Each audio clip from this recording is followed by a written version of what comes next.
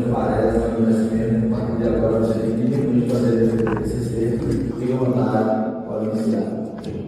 Primeiramente, boa noite à banca, examinador, doutor Osias, doutor Fernando Correia, ao meu orientador, doutor Severino Ramos e aos demais aqui presentes. Bom, primeiramente eu gostaria de agradecer a Deus pela oportunidade de estar aqui para a conclusão de mais um ciclo, a realização de um sonho. Agradecer a todos aqueles que contribuíram diretamente para isso, a vocês professores, aos meus familiares, amor da minha vida, que esteve comigo durante todo o processo. Bom, então a partir de agora, irei realizar a defesa do meu trabalho de conclusão de curso, intitulado da seguinte forma: do sistema acusatório, o revisionismo formal do artigo 3º da Lei 13.964 de 2019 e a figura do juiz das garantias como redutor de danos frente ao sistema processual penal brasileiro. Bom, para elaborar esse trabalho, foi proposto o seguinte problema de pesquisa: o artigo 3º é suficiente e eficaz para a manutenção do sistema acusatório?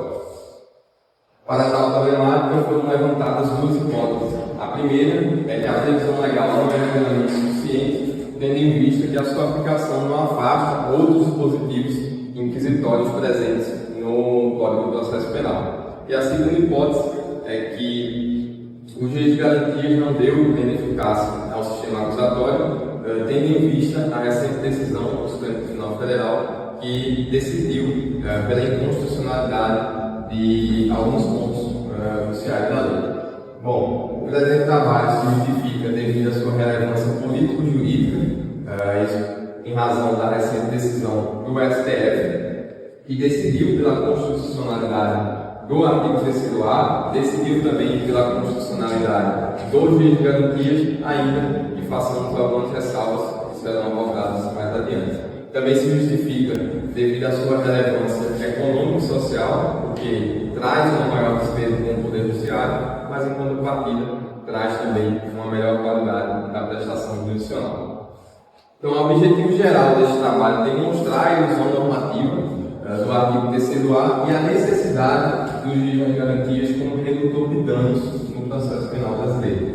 São objetivos específicos: compreender a construção histórica dos sistemas processuais penais e a sua influência para o processo penal contemporâneo. Demonstrar também a estrutura inquisitória e arcaica do Código do Processo Penal e examinar a existência errônea daqueles dispositivos que permitem a iniciativa probatória de ofício. Também é objetivo específico analisar o Instituto do Juiz de Garantias sob a ótica do STF, em discutir a necessidade do juiz de garantias, discutir a necessidade de exclusão física dos autos do inquérito e o recebimento da denúncia pelo juiz das garantias. Bom, no primeiro capítulo é analisar a construção histórica dos sistemas processuais penais, desde a origem do sistema acusatório na antiguidade, passando pelo enfraquecimento desse sistema e a consolidação do sistema inquisitório na Idade Média, até o advento do Código Napoleônico de 1808 e deu origem ao que conhecemos hoje como sistemas mistos. Então, onde é que surge o sistema acusatório? O sistema acusatório surge lá na Grécia Antiga, especificamente em Atenas, onde é possível observar a essência da democracia ateniense. Isso porque durante o julgamento, o juiz adotava uma postura passiva diante do protagonismo das partes. A decisão era tomada por maioria dos votos e, em caso de empate, o acusado era absolvido. Então, a gente tem aí a aplicação do indulto pro réu.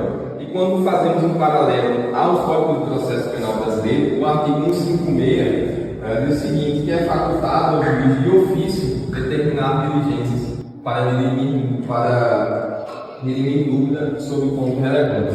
E o problema não está em determinar diligências para dirimir dúvidas sobre o ponto relevante. O problema está em determinar de ofício, porque não é esse o seu papel em um processo penal minimamente acusatório. Bom, e é interessante porque os gregos, há mais de 2000 anos atrás, faziam diferente, né? E é claro que os gregos eram sofisticados, mas será que tanto assim? Ou é o nosso Código do Processo Penal que acai no inquisitório? Mas enfim, sigamos. O sistema inquisitório surge ali no período de transição para o feudalismo, Tivemos a Inquisição, que foi um período muito duro e cruel na nossa história. Tivemos o Santo Ofício, que foi um tribunal eclesiástico de suma importância para a Igreja Católica, que tinha como objetivo o combate à disseminação da heresia e a garantia de manutenção da ortodoxia.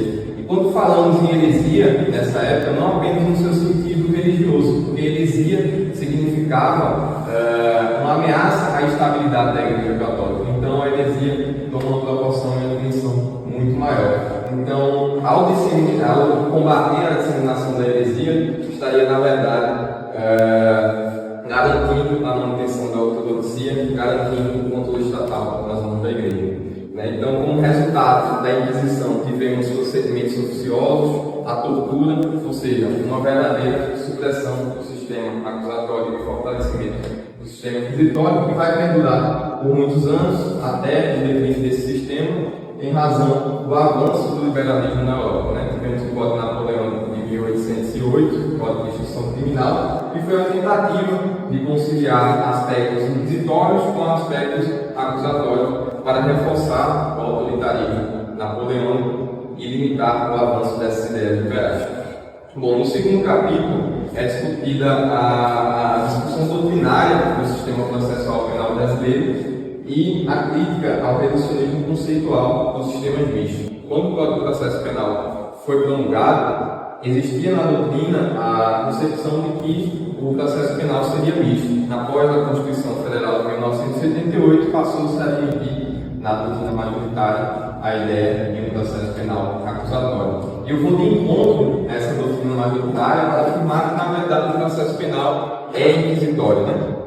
E para justificar essa concepção, é necessário entender o que é que define um sistema processual penal. Jacinto Coutinho, em sua obra, ele disserta que existem dois princípios que fundam os sistemas processuais penais. O princípio dispositivo, onde a gestão probatória encontra-se nas mãos das partes, e o princípio inquisitivo, no qual a gestão probatória encontra-se substancialmente nas mãos do juiz. Ou seja, o princípio dispositivo funda o sistema acusatório, e o princípio inquisitivo funda o sistema inquisitório. Então, por que é reducionista a visão doutrinária que afirma a existência de um sistema misto? Porque não existe um princípio fundante misto. Em sua essência, ele vai ser inquisitório ou será acusatório, como é o caso do Código de Processo Penal brasileiro, que apesar de ter características acusatórias, possui um núcleo inquisitório. Então, dizer que o sistema é misto não é dizer nada sobre ele, afinal, misto todos são. Então, é por isso que se observa um neo-inquisitorialismo velado, como eu coloco em um dos capítulos, que é uma indução normativa para justificar e para encobrir traços claramente inquisitórios. Então, quando o artigo 3º-A diz que o processo penal terá estrutura acusatória e dali para baixo é tudo inquisitório, isso seria uma ilusão normativa. Por isso, a ilusão normativa do artigo 3º-A. E qual deve ser a posição do juiz em um sistema acusatório? O juiz deve manter a sua imparcialidade e deve estar alheio aos interesses das partes. O juiz ele deve ser um mero espectador e não um juizador. Então, quando analisamos a estrutura acusatória do artigo 3º-A, em relação à primeira parte do artigo, não tem muita crítica a se fazer, mas em relação à segunda parte, sim, porque ele diz o seguinte, que é vedada a substituição da atuação probatória do órgão de acusação.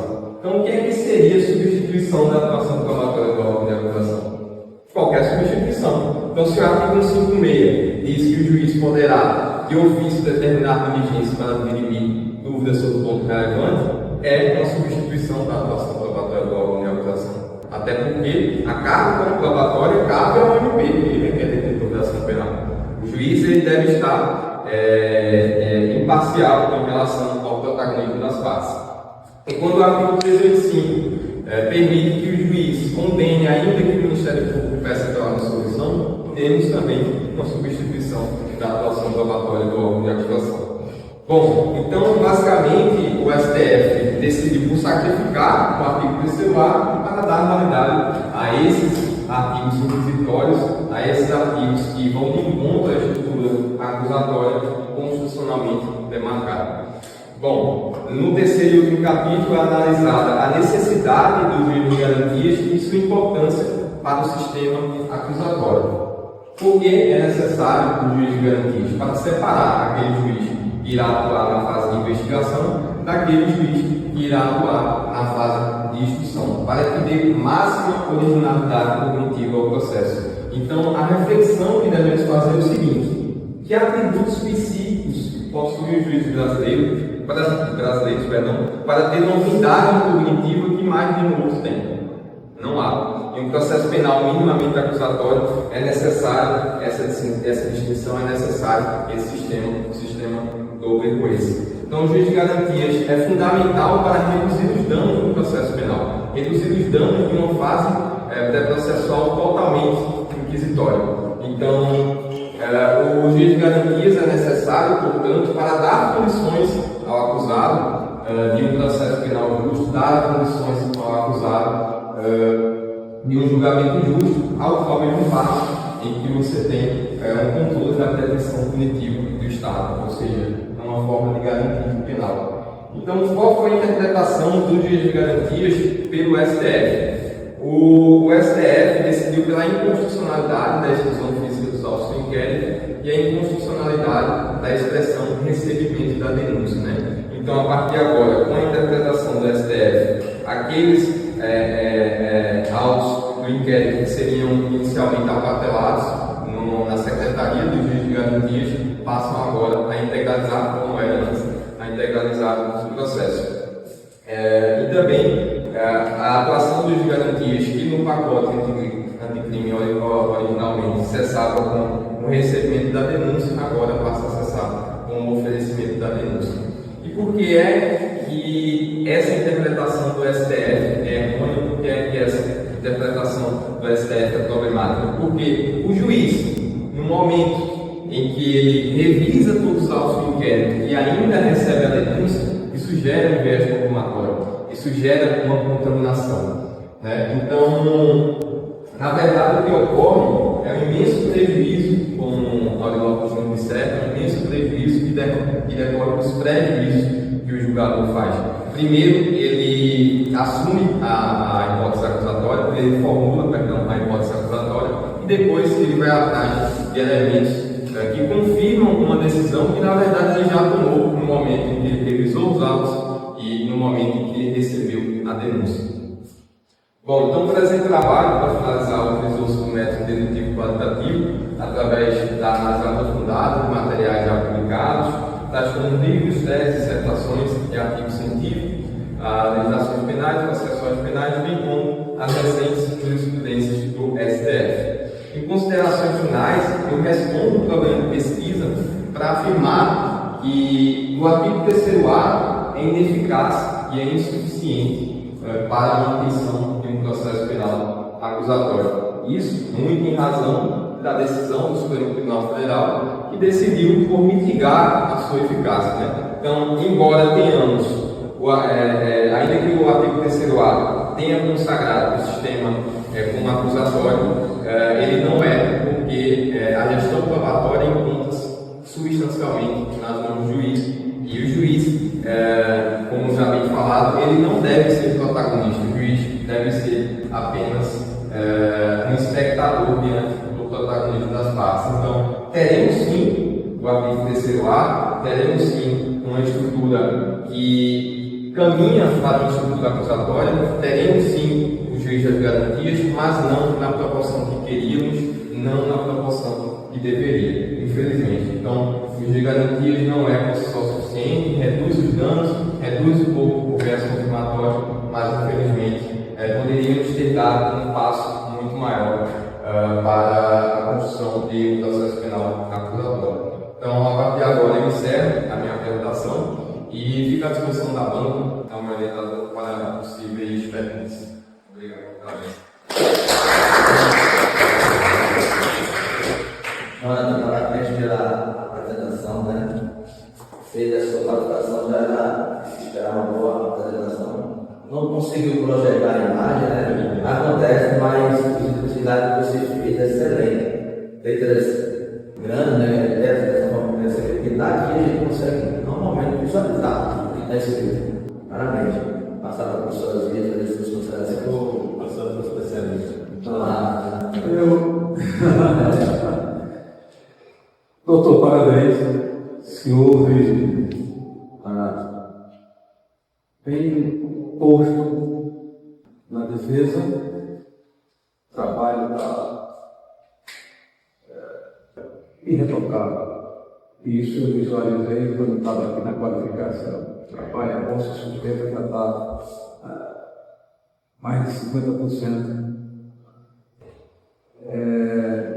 Em razão do que eu vi na sua qualificação, e que você aqui melhorou, né? Trouxe mais tempo, teve mais tempo para poder, então, a gente só queria saber de ti, se você tem uma ideia do posicionamento do Superior Tribunal de Justiça em relação a essa temática. Porque isso está lá no Supremo, né? Mas a gente sabe que as cortes aqui e ali, está todo mundo capitaneando isso é só. Não, na verdade eu não fiz uma pesquisa em relação ao entendimento do STJ. O que eu observei na última semana é que o STJ ele decidiu por afirmar algo que já estava no Código de Processo Penal, que seria a vedação do juiz ele converter a prisão de flagrante em preventivo, que é a primeira parte do artigo celular. Mas em relação especificamente a outra parte, realmente eu não fiz uma pesquisa nesse sentido. Essa provocação aí